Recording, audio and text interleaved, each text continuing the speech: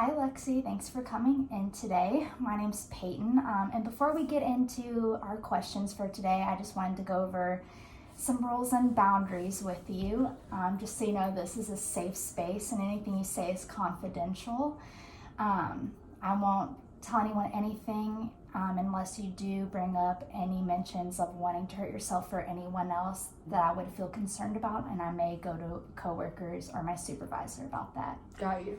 So do you have any questions before we get started? No, ma'am. All right, so what brought you in today? I am extremely stressed and extremely anxious.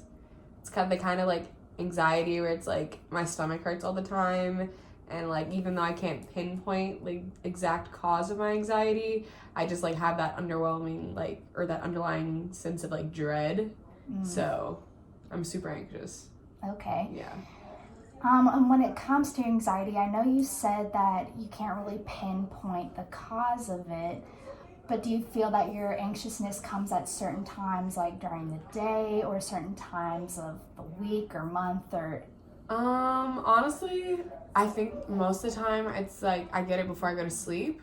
Like I'm super anxious. I think most of the time it's because I'm thinking through like my day of like what I have to do the next day, and I'm like, okay, I have this to do and I have this to do, or just like even when I don't have anything to do that next day, I still like my mind like runs and I like it wanders, and so then I get anxious. So it's usually always at night.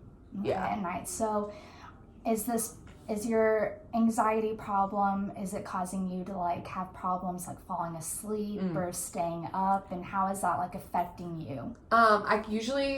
It keeps me up, so I don't really sleep as much as I should. I've always considered myself a night owl, but before I didn't really stay up super late. Now I stay up until like 5 a.m. and then like crash kind of thing. So I can't really like turn my brain off unless I'm exhausted kind of thing. And when did you notice that these anxiety problems sort of started popping up for you? Or where do you think it came into play in your life? I think before quarantine, I just did a really good job of just like being so exhausted from like day to day that I could just like crash and like have no thoughts or anything in a weird way. But quarantine has given me a lot of time to think, and it's given me a lot of time to be with my thoughts. So I guess since quarantine started, so about like March. Okay. I just haven't slept really the same since. So. Okay, and for you, is it just the feelings of anxiety that's really been a problem in your life? Are there any other symptoms that you've noticed?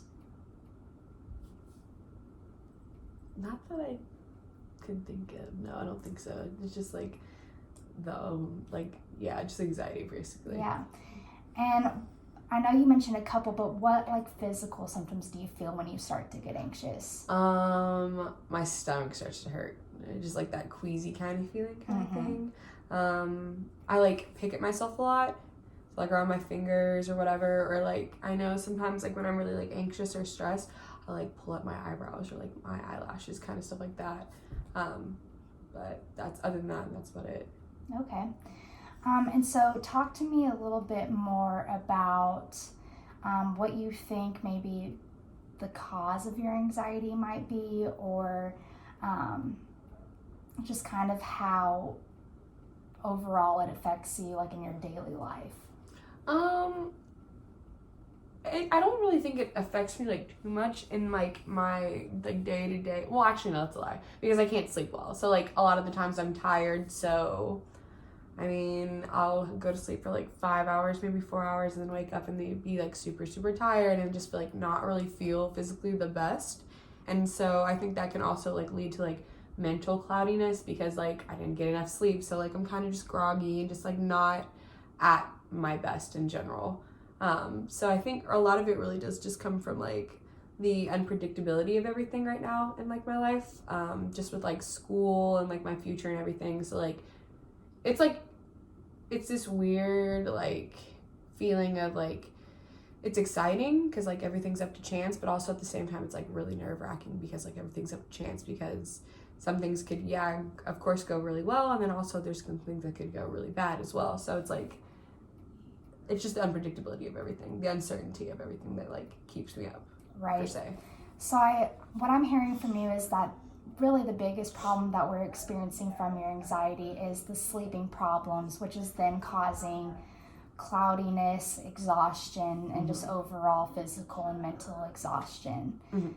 So I'm hearing that that's probably the biggest problem that we need to start working on first, is just getting you to be able to sleep better and being able to fix that mental and physical exhaustion. Yeah. Would you agree to that? Yes, for sure. Okay. For sure. Well, thank you for coming in today, Lexi. Thank you for having me. We will continue working on this. Sounds good.